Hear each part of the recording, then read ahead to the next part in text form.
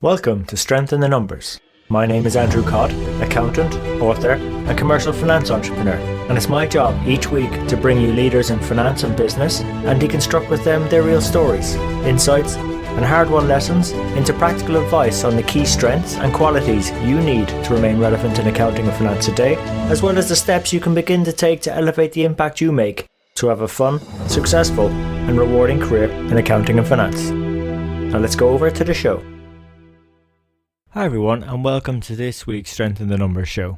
I imagine many of us finance professionals want to become great finance leaders, but how do you become an award-winning finance leader and at the same time have a finance career that works for you and not the other way around where you're actually slave to your career? Well, if you really want to know how to have all of this, then listen in to this week's episode where our guest mentor, Paula Downey Jones, shares with us 11 areas where we as finance professionals can improve our value proposition, how we can gain a better depth of understanding in finance, the confidence that comes from making our careers work for us, and also the benefits of the winding road, which I think is a very key point that Paula makes, and I know myself personally is something that has led to a very fun and rewarding career. So look, if you enjoyed this episode, please let your friends, your colleagues know about us. We're on all the major platforms, iTunes, Stitcher, SoundCloud, and YouTube. And yeah, if you want to follow up and connect with our guest mentor, you can find all the relevant details in our timestamp show notes at sitnshow.com/podcast. So that's enough for me. So without further ado, over to Paula and the show.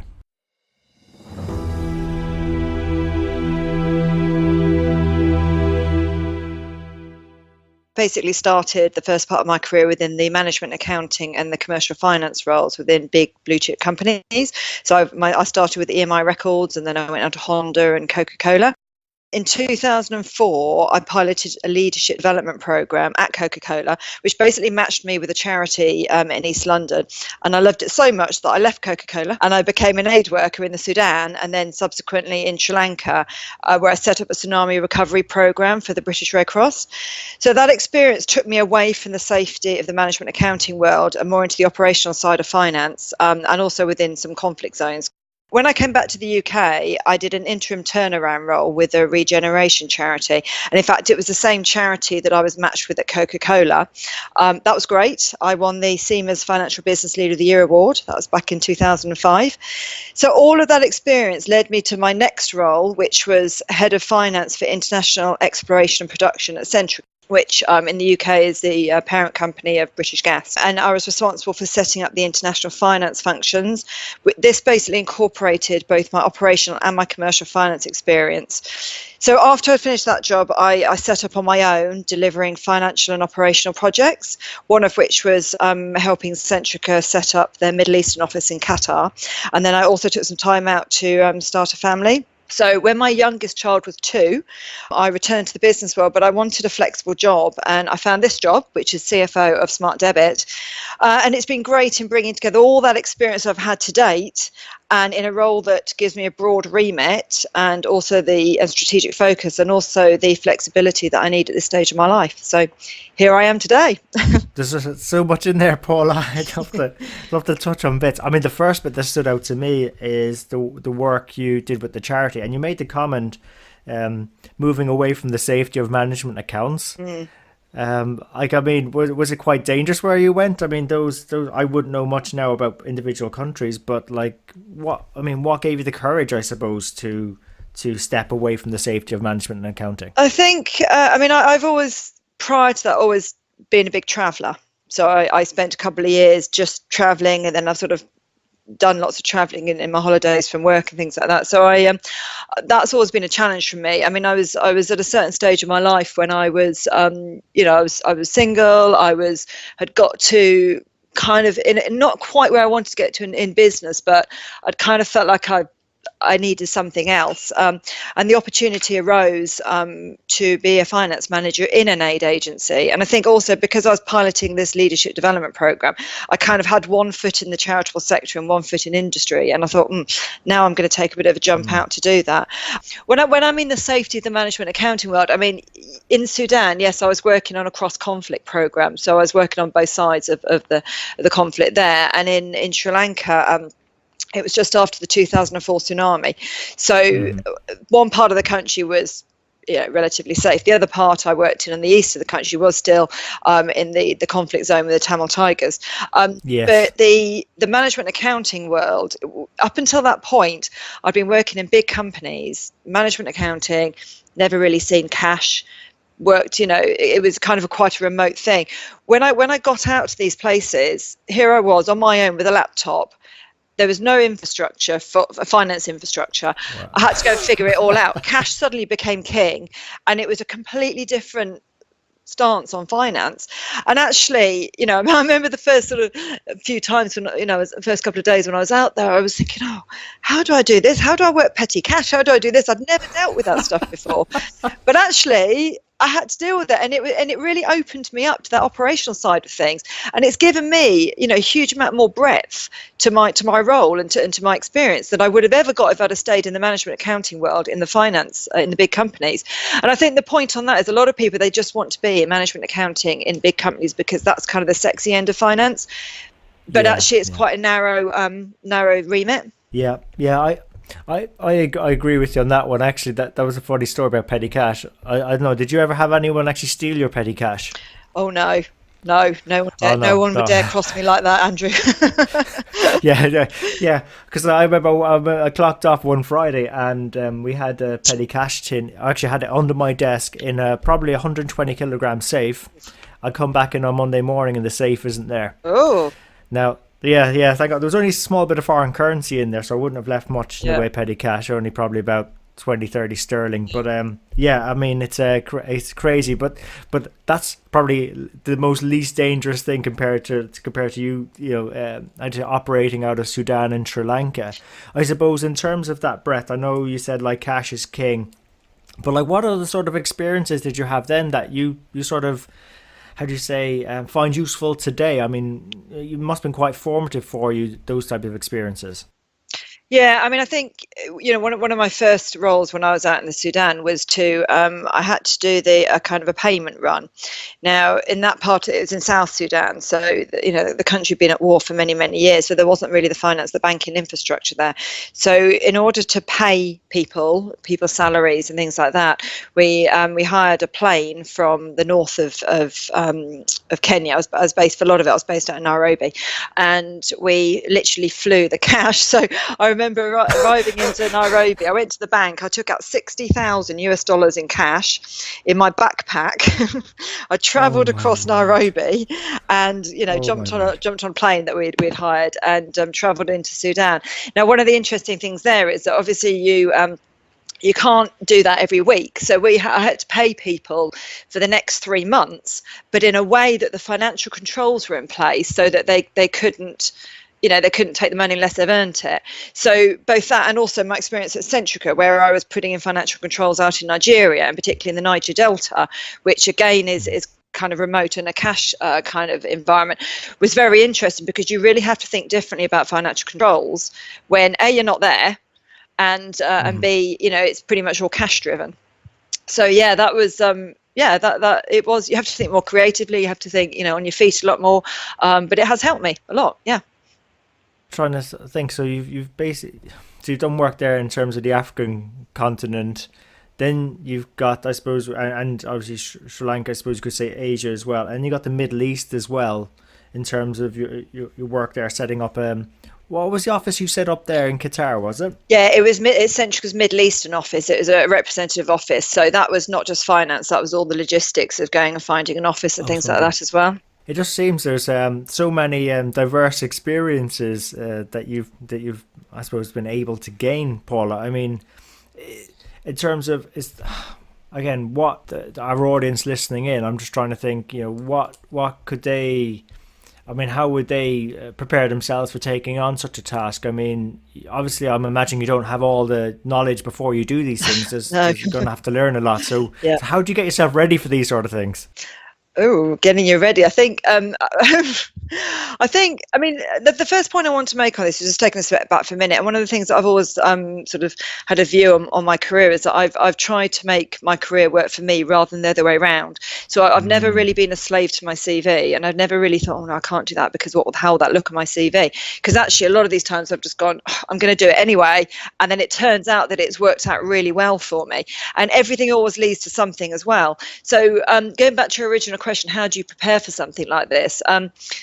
Well, I don't know if you can. I mean, I think you be open, be flexible, and be adaptable, and just be able to think on your feet. I think that's really what you can do. It's like wherever you are, whether you're out in in Sri Lanka or whether you're in a company here where I work here, there are always things that are thrown at you that you may not have had. Be able to pick a textbook up and say, oh, that's how I do it. And it's about having that core underlying experience that you can write. I know I need to fit within this framework, but how you sort of be adaptable to make it happen. I think that's great advice for anyone in their career, Paula, in terms of where we're looking to add value going forward nowadays. It's not a case of sitting at our desks and hiding behind computer terminals or numbers or reports. It's actually being open, flexible and adaptable, as you said. And I think that's if we want to have rewarding careers going forward, they're the things we need to be applying. I also sort of think that was an interesting observation you made. You never been a slave to your CV. I think that is also great that it's worked out for you as well, because I think that's a lot of people feel that they need to, as they're developing their career, need to have certain experiences. I mean, how do you help people overcome that mindset? I mean, I know it's worked for you, but like a lot of people I speak to feel as if they need to get particular experiences. It just seems to be a counterintuitive way of thinking. Is that fair to say? Well, I think the most important thing I would say is, and somebody said this to me ages ago, the winding road is more interesting and personally enriching than the straight line up to the top. And that's been very, very true, because there's certain decisions that I've made, like I'm going to go off to Sri Lanka, or I'm going to go off and do this, that I thought it might negatively affect my career, but it's my life as well, and you only get one life on the planet, so enjoy it, make it really eventful. Actually, the stuff that I've done has actually, turns out, surprise, surprise, actually worked out really well on my CV. But I didn't do it because of that. No, because again, we're very odd. We're talking to an award-winning finance professional, Paula. So it obviously has, and it's just I wanted to bring that out of you, because I think there's a lot of us feels that it's maybe it's that logical mindset some of us have, where we need this piece of the jigsaw in and this one and this one. Just enjoy the journey. Yeah, and I have now that I'm here and I'm in this role, I think that I have quite a broad level of experience that, in all honesty, if I'd have stayed on that big company route, I would not have. I know that. The breadth that I have now is because I've had to deal with financial controls in Nigeria, because I've had to deal with this cash situation. Maybe my safe was a little bit heavier than yours was in when you were overseas. I don't know, but all that stuff. But it's an important point. I mean, when I bought the safe, make sure that it can't be movable, make sure it's, all of that sort of stuff that you just never think of when you work in a big company in the UK. All that has to happen. And, that same experience, perhaps not that exact thing, but a similar type of thought process may need to happen again in the future. But you can draw on that. Hey, I made it work that time. And in addition, it's about the confidence as well. I landed in the Sudan. I was in the middle of a conflict zone there, working this stuff out. I somehow survived and managed to get the finance right. So it gives me the confidence to know I can deal with other challenging situations that come up as well. That's I love the way you just pull that all together, Paula. So thank you for doing that. And again, as we're sort of on this thread, are there sort of any other areas or things we could be doing as finance professionals to improve our value proposition, thinking going forward from where we are now? I mean, I have, if you're asking me sort of what are the sort of top, the top things that I would, how I would view things. I mean, I have a number of, obviously you can imagine I've got a number of things. I mean, so in no particular order, what I would say is, look at all your experiences as adding to your development. Even, and perhaps especially the bad ones as well. Like I said, I've had probably more varied career than most, but all of it is added to where I've got to now. And things that you wouldn't, if I left university and was planning out how would I do this, half this experience I wouldn't have planned out to do it. It's just happened, but it has added to me. Role models and mentors are great. If you're in a corporate environment, relationships and politics are really key. Even though you might not want them there, they are there. So they're quite helpful. Yeah. And I would choose a role model who's accessible and you've got visibility over as well, and how they interact with others. A mentor can be a good experienced sounding board. How you interact with peers and people who work for you is as important as your interactions with those more senior to you. So emotional intelligence, I believe, it has equal value to academic intelligence. And the higher up the organisation you go, the less it is about what you know technically, and the more it's about how you handle people. There's no substitute for hard work, definitely not. Don't matter how bright you are, at the end of the day, you can't pull it off unless you're working hard. Yeah, definitely. And this is one thing, this isn't for everybody, for me it works quite well, is build yourself a personal strategy. So kind of imagine or visualize what that role is, what the location is, what the hours are, what sort of industry, what that looks like. And then once you have that in place, it's easier to know which opportunities to say yes to and which to say no to. And I think some people think you have to say yes to everything, but you don't. If you say yes to everything, you're either going to be exhausted. Definitely. So if you have a strategy, you know what you need to say yes to and what you don't need to say yes to. So I think that's quite important. Never waste a crisis. Problems. I'd say you've probably had a few, right? Yeah. To share. Yeah. Well, problems and mistakes will happen. It's human nature. Yes. What's important is you firstly don't try and beat yourself up about it.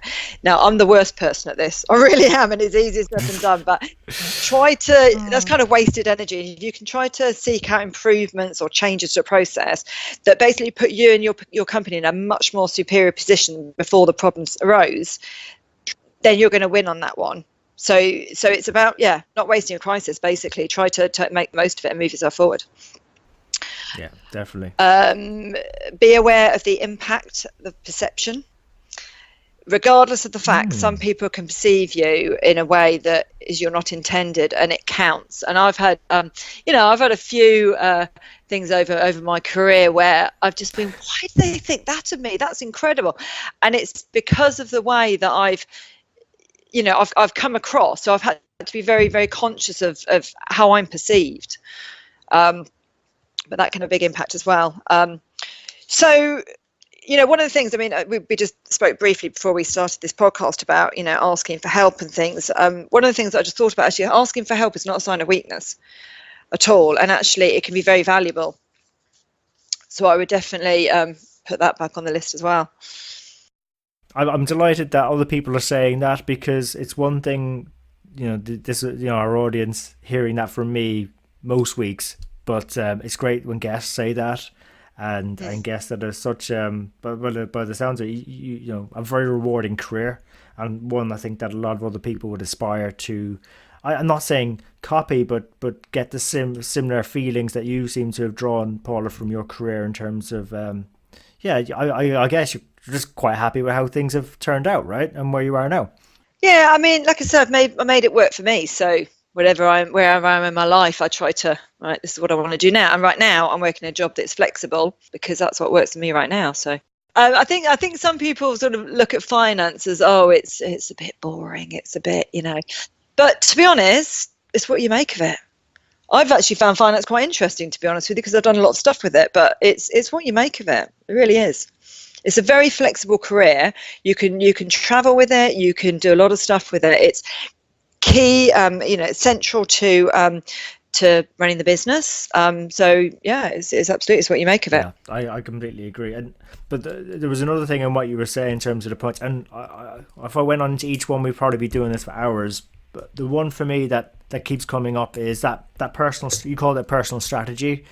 It's just having a sense of what a good outcome, I suppose, a career looks like in terms of your, what it looks like, what it feels like, the type of conversations you're having, the industries you mentioned, Paula. it's just having that sense, and then that winding path will probably end up there if you're tuned into what it is that you have a strategy over. But it just you know, I think that's the biggest help in terms of the guest mentors on this show. They're helping people understand what that career might actually look like. So again, I really appreciate you sharing those experiences, because you've helped form those images in people's minds of what's possible, and also, you know, I like the word you used of confidence as well. Just to go with the go with it. So look, so thanks for sharing such great advice, Paula. I'm curious though to know, what's been the best bit of advice you've ever received? Probably that winding road bit, actually, because it stopped me from sort of well, it didn't stop me from doing anything, to be honest with you, but it kind of made me feel more confident that I'm going to do this different stuff. It's okay. I don't need to stay on that straight line. You know, I can come off it. I can do stuff, and for me, it has actually added to my CV, even though that was not the intention when I did it at all. So that's probably the best bit of advice I've received. Excellent. Yeah, no, I really like it. And I suppose in terms of resources you found useful, any movies or books that you've read you found useful and you can share with our audience? With regards to useful for work and business, I wouldn't say particularly. I'm not. I'll be honest with you. I'm not a big fan on reading books for work. I read books for pleasure and things like that. But that's you know, I think that's as important. Winding down time and relaxing time is as important as hard working. So yeah, definitely. And I suppose. Okay, so maybe what's your favorite movie? It's got to be Spinal Tap. Oh my God. It's a classic. I must have seen it about 25 times. I'm a bit of a rock chick, you see, so it's something that takes me back to my younger years. Oh wow, yeah, goodness. Did I know the what's his is it the bass guitarist in that? Don't tell me he's the guy that does the voice of Homer Simpson. Am I right? Yeah, I think you might be right, actually. Yeah. I'll have to double check that one. But yeah, no, I only know that because there's a similar person I was speaking to. Has probably watched it as many times. It's a classic. So yes, I encourage our audience, definitely check that out for some wind down time. It's very funny, very good, and I actually do like the British humour. I don't know if you can generalise that way. I actually really like the way it's been written and that goes. So brilliant. So thanks for sharing those, Paula. I suppose if there's members of our audience that wish to continue the conversation or connect with you, what's the best place or way to do that? Look me up on LinkedIn. I would say that's probably the easiest thing. I'll put your LinkedIn information, where to find you on LinkedIn, on the show notes. And like Paula, look, I know you've given loads and shared loads of great thoughts with us. But would you have any parting thoughts for our audience, perhaps to take away from this episode? I could talk all day about everything. I think I think I mean there's probably a few more points actually on the things to kind of remember is one of my sort of early strategic insights, if you like, was back in the day when I worked at EMI Records, and maybe I can just, if you've got time, just quickly take you through an experience I had there that made me sort of think, oh, okay, this is interesting. So it was my first job out of university, and it was the early 90s, 1992, and EMI Records was at the time one of the biggest record companies in the world. It was, as I said, 1992, and the World Wide Web had only just been invented. Mm-hmm. Not that I'm showing my age here. But, I was wide-eyed and I was excited about this new invention. And I would often daydream about all these opportunities it could bring. Now, at the time, I was working as a trainee accountant for EMI, and I was looking at the production of scrappage costs of CDs.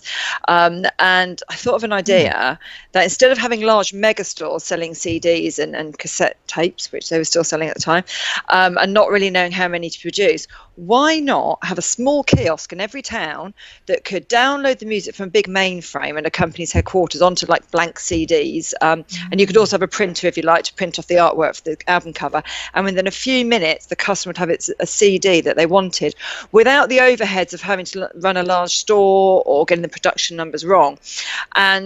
And these thoughts, of course, were before downloadable music started. So I wrote a letter at the time. I was a graduate writing a letter to my CFO telling him what I thought was a brilliant idea. And I sat there excitedly waiting for an answer. But, it took over 3 weeks to get an answer from him. And what I got was really disappointing. It was basically just a kind of patronising pat on the head saying, oh, very strategic, well done. And nothing was ever implemented. But, a key thing here is that that response turned out to be the response that the whole music industry gave to downloadable music. And today, EMI Records, which was once the biggest record company in the world, now no longer is in business. So a really key insight here is that at the very early stage of my career, I learned that never, ever ignore the changes on the horizon. No matter how unpalatable they are to you, you ignore them at your peril. And another point on this is actually be open to other people's opinions, because regardless of where they sit in the organisation, there may just be something there that's really valuable. So being open to new ideas or other ways of looking at things potentially could be the difference between life and death of your company. And I think that's a really important point to note. And it was a very interesting experience for me to have in those very early days. Yeah, that's very young in anyone's career, I suppose, to actually get such an insight. Well, I was going to say, I think when I was lucky in a way that obviously I started my career just as the internet started taking off, and that's had such a massive impact on the way that things have changed in life and in business.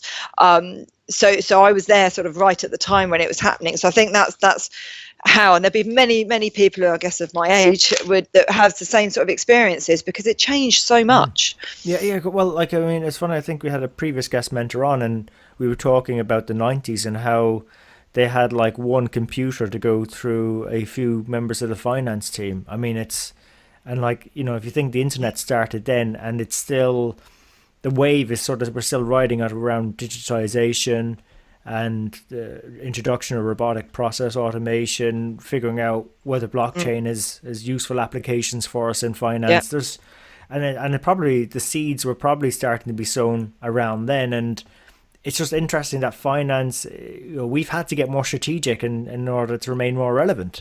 Absolutely. And we have to be adaptable as well, and very flexible to accept those changes. We can't ignore them. I mean, in the finance world, you might think, oh, I don't want to do artificial intelligence or anything like that. But we have to embrace them, and actually there can be a massive benefit to us. If we don't embrace them and we don't adapt, we will become irrelevant. So we have no choice about this. Yeah. Well, again, I think you put it very bluntly there, Paula. So I'm glad you did. I'm glad you did, because I agree with you. I think we don't have any choice in the matter.